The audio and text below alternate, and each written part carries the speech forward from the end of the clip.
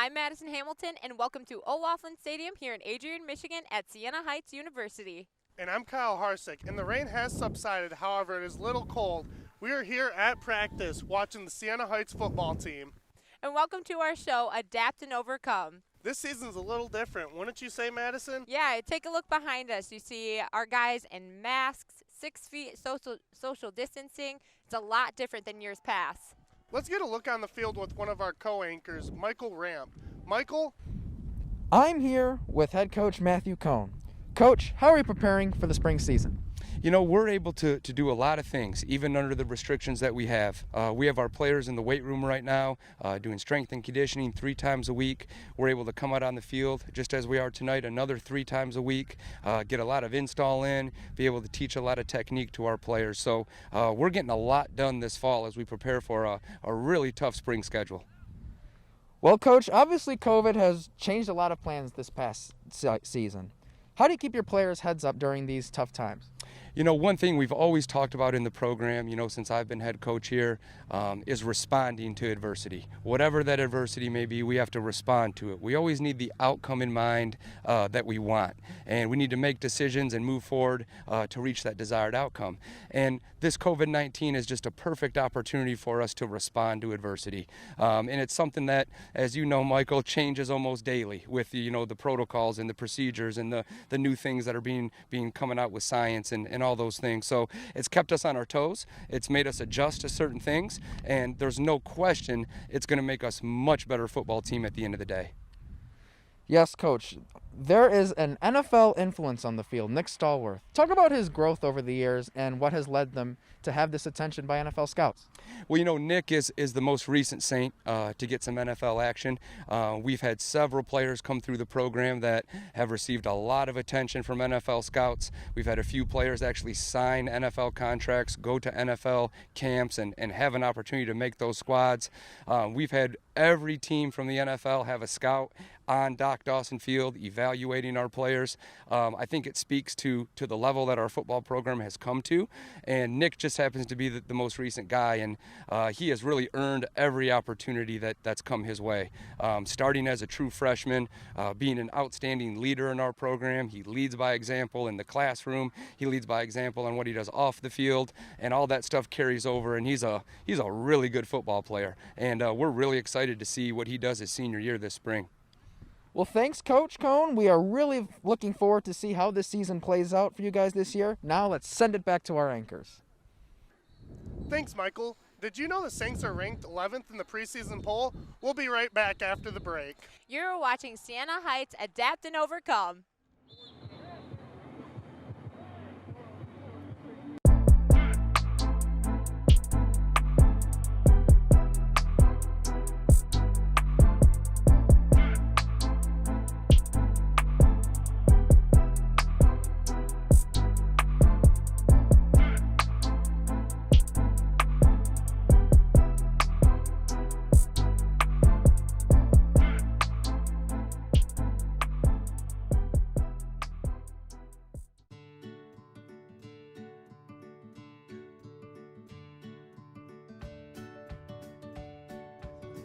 I like how the classes are smaller size and there's a lot of clubs and organizations you can get into. My favorite part about living on campus would be being able to be close to it with all my friends. And you live off campus, you don't get the opportunity. You gotta drive back and forth from Siena to your apartment or whatnot. Right here at school, it's, you know, you got a buddy right down the hallway.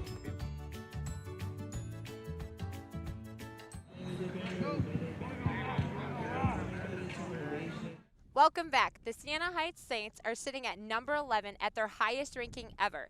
The boys are sure hungry for more this inning and are not settling for this ranking. Oh, no, I think the Saints are ready for more. They came off offense where they won the battle in the trenches, averaging 172 yards per game. And then on offense, they scored 25 points per game. Their defense, though, was a glaring strength, only allowing 12 points per game. Don't forget, they finished 7-3 last season and are returning 20 of their 22 starters. That's going to make a drastic change for this season. Oh, yes. Let's go to Michael Ramp with one of our defensive leaders who's making waves at his tenure at Siena Heights. Michael? Thanks, Kyle. I'm here with Nick Stallworth. Nick, with an NFL resume, the experience, and talent returning, what will lead you to a championship this spring? Well, honestly, everybody has a job on this team from the first man to the last man, and if everybody does their job, we should be competing for a championship in the spring, no doubt. Nick, with all the returning starters coming back, how strong is the locker room connection? How important will that be to lead you guys to this championship this spring? It'll actually be very important. Everybody in the locker room, like I said, from the first man to the last man, it's like a family atmosphere. And with that family atmosphere, we're just so close and tight-knit that nothing can come between us. With your NFL talent, how will you prepare for the NFL here at Siena in your final season? Honestly, it's a day-by-day process, and I'm just taking it one day at a time. And I'm just focused, like I said, day by day, and that's how I'm going about the situation. Well, thanks, Nick. This looks like a very exciting season as well as a very exciting future for you. Best of luck to you and the team this spring. Thank you so much. Thanks, Michael. Nick sounds like a wonderful young man. He's very inspiring. His career is going to take him a lot of places. It's amazing that we have the opportunity to bring in NFL scouts here at Siena Heights and be able to watch players like Nick. Especially during COVID. I can't believe even our own Tristan Kendrick, who is a reporter and a football player, has a story for us. All right. Any coughing, shortness of breath, fever over 100, loss or taste or smell, or contact with somebody that's tested positive in the past 14 days? No, sir. All right. Sounds good. Thank you. Yep. So this is where normally the football team comes to put on their helmets, shoulder pads, cleats, things like that. Then we go to the field. We normally have about 5 minutes. And normally when we're going into the field, we have like offensive line first, and defensive line, then running backs, H-backs, stuff like that. And so we come here, put on our equipment, take everything off, put it on the loop, then we get ready to go to practice. Well, having a personal training background, I knew that we were going to have to train our guys more like in a Group X type situation, because we don't have a lot of barbells that we can bring out here right away, or a lot of the weights that we usually use in the weight room. So it hasn't been extremely difficult, but it's been a little bit challenging to make sure we can hit all our muscle groups and make sure it's still getting the most out of our workouts without being able to push ourselves with high weights. So really it's been more of a cardio type workout, I would say, than a strength training workout. Normally when we come in the locker room, normally we have to get like our lube, which contains like the jersey, shorts. This is our helmet. So during the season we have to have this weird type of screening for our helmets because of COVID. It's like weird. So yeah, we put our shoulder pads on. Every group comes in here like one at a time, like running backs, H-backs, and everybody comes in, gets their stuff.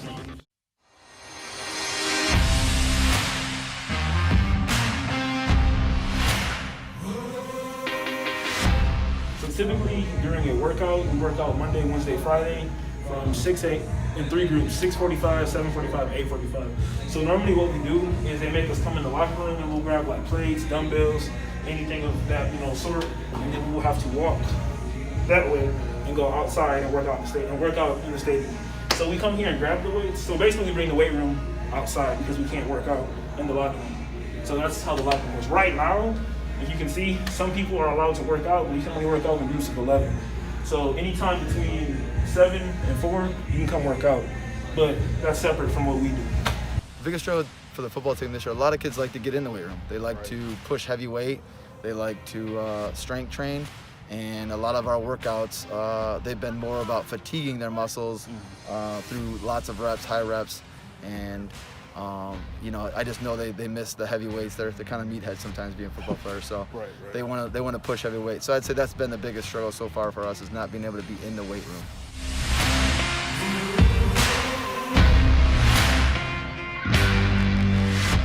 Typically, this is where we do our position meetings.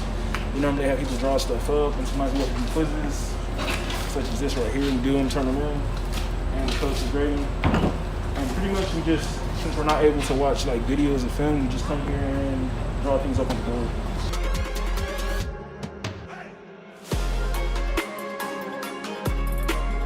So normally once we get to the field, normally because of COVID, everyone has to stay at least 6 feet away from each other. However, we still get in groups of, our position groups. It's normally between 9 and 10, the groups. So once we get on the field, we have like a little stretch. And normally we'll have, maybe if it's offensive practicing, we'll have the running backs right here.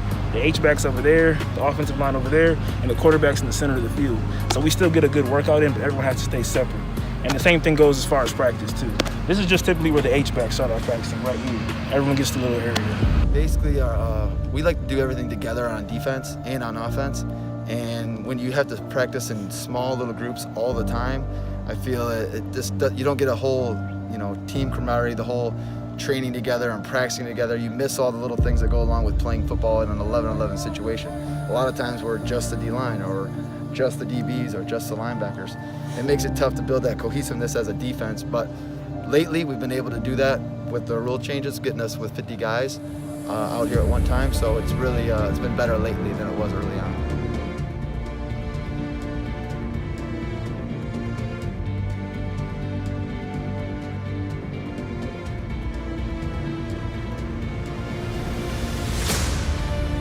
I feel very safe. I think the kids feel safe. I think we all feel that with what Siena Heights has been doing, there's no reason not to feel safe because we've taken a lot of precautions. We wear masks while working out. We wear masks while we're practicing.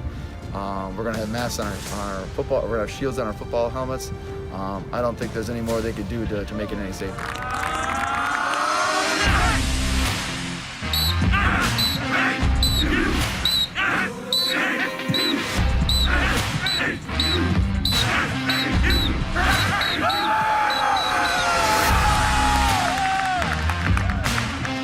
Tristan reporting from the locker room. Back to you, Michael. Thank you, Tristan. This really gives us great insight on how great a pandemic can take over this whole year, especially 2020. You're watching Adapt and Overcome. We'll be right back.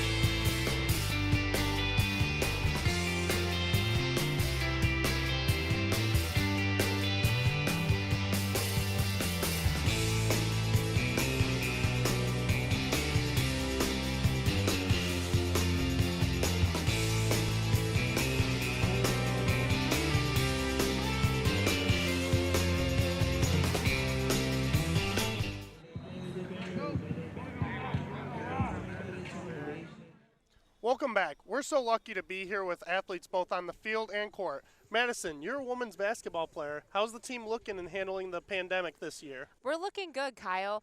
We're coming back strong from this pandemic. We've been practicing outside. We finally got permission to practice inside. It still is no contact, but I'm ready for this season. You're a cheerleader. How is the cheerleading team looking? I've seen you guys everywhere practicing. Yeah, so basically we're just looking for wherever we can find a practice initially, whether it be on the blacktop, on the track, or even in the grass, wherever we felt was safe for our ankles and other body injuries. But fortunately, we were able to get back into our training room and tumble on the pads and stuff. Unfortunately, we are not allowed to tumble as a team or stunt as a team, but we are looking good. We're getting ready. We're getting our jumps prepared. I think we're ready for the season coming up. Well, good luck to you. Michael, I know that you're a sophomore on the golf team. How's it looking? Well, Madison, things have been going very well so far this fall. Our golf team had our first tournament this last Saturday, September 26th at Washtenaw Country Club. Our second tournament will be on October 2nd at Chemung Hills in Howell, Michigan.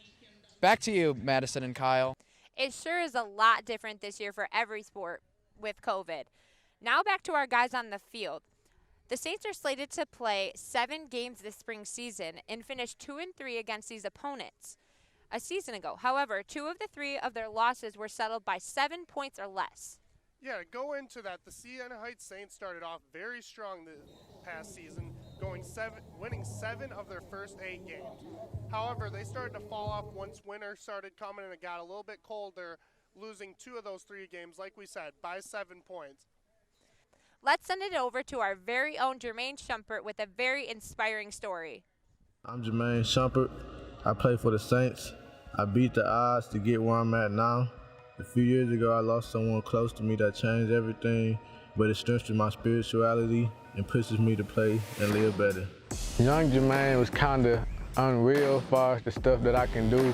I started playing sports when I was in the 1st grade. I started off playing basketball, and then I started off playing football in the 4th grade. I kind of was great at both, so I didn't know what I wanted to do. But in the 5th grade, I carried my team in both to the championship basketball and football, so that kind of was unreal. High school, Jermaine had to overcome some obstacles. My 9th grade year, I didn't know if I wanted to play varsity, so I started off playing JV. The coach kind of gave me a leadership role because he knew what kind of player I was and my IQ of the game being so high. My 10th grade year, I got injured during football season, so I really couldn't do as much, and then going towards basketball season, I had to have surgery, so I had to sit out the whole basketball season.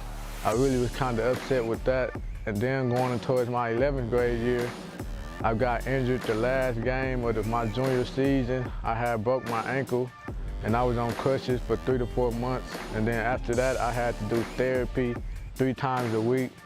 So high school, Jermaine had to overcome some injuries. Going into my senior year, I hurt my ankle again the first game, so I had to sit out 3 games, and then after that, I was kind of limited wise as far as my reps, so I really didn't have no high school senior film. August 8th, 2015, we was all outside over my friend's house. He have a basketball hoop, so we was all outside shooting basketballs, just talking like we normally do. I went in the house to change my shirt. Then I came back outside, him and my other friend, they was gone. And I called them, asked him where they was going, and he said, "Oh, we going to a party in Flint." So I knew that was kind of a bad idea, but I let him do him, and I told him just stay safe. Around 10 o'clock, I called them again because they wasn't back at home, and I know that's not normal. So I called him again, and he told me we still over here, I'm with my cousins, so it's not pretty much to worry about. And I said, okay. And that was the last word I heard from him. And I got the call at 3 a.m. saying that he had got shot at the party, and that was kind of devastating. I didn't know what to do. I had to go over to his mom's house and break the news to her, and she was asleep, so she didn't know what to do. And he told her that he was going to a party in another area. So she was really heartbroken. Gabe was like the brother from another mother, if that makes sense. As far as our relationship, we built a bond in elementary. We played on the same football and basketball team since the 3rd, 4th grade. Going towards middle school, we played on the same team 7th and 8th grade. Our bond got kind of tight going towards our 9th grade year. We started to walk to school together. Then 10th grade year, our bond even got more closer. We started to spend the night over each other's house every weekend. Even during school nights, I stayed around the corner from the school, so my mama let him stay a night in the basement with me. That was like my brother, for real. That was kind of like the rock bottom part of my life. Seeing his mama cry, and that was her youngest son, and she treated me like her son too, so till this day, she still called me her son. I still go over there, check on her and stuff like that. But till this day, I still have my days where I feel in a dark place, because I was supposed to go with him that night. I just end up going in the house for not more than a minute and coming out, and they was gone. It kind of made me stronger as a man. As far as my decision making and what I want to be in life, I kind of look at it as he is my angel. He is looking down at me, guiding me through hard times and whatever I need. I feel like I am him. His mama always tell me she see me through him.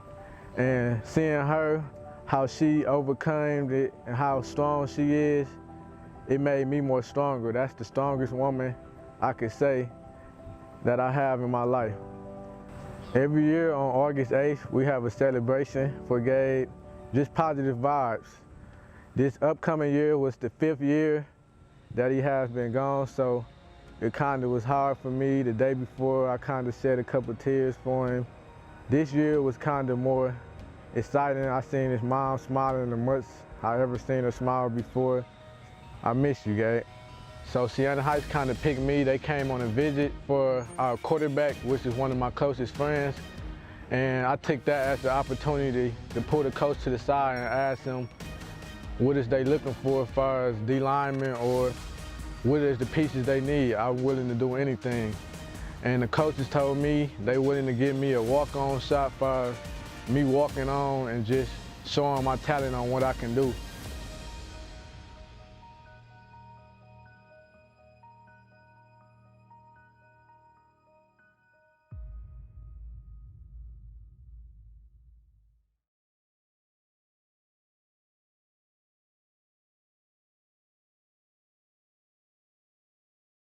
Wow, I really felt the passion and emotion that Jermaine really brought out in his story, and it really showed the character he's turned into. Wouldn't you say, Madison? Yes, we have our very own Michael Ramp with us.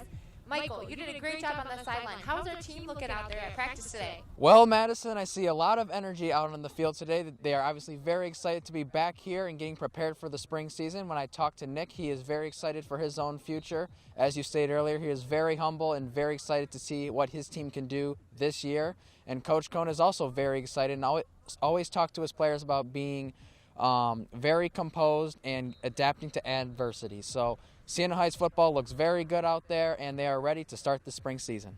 It does look different with the COVID and the 6-foot restrictions and everything. I mean, I'm just really proud of them practicing full capacity and everything.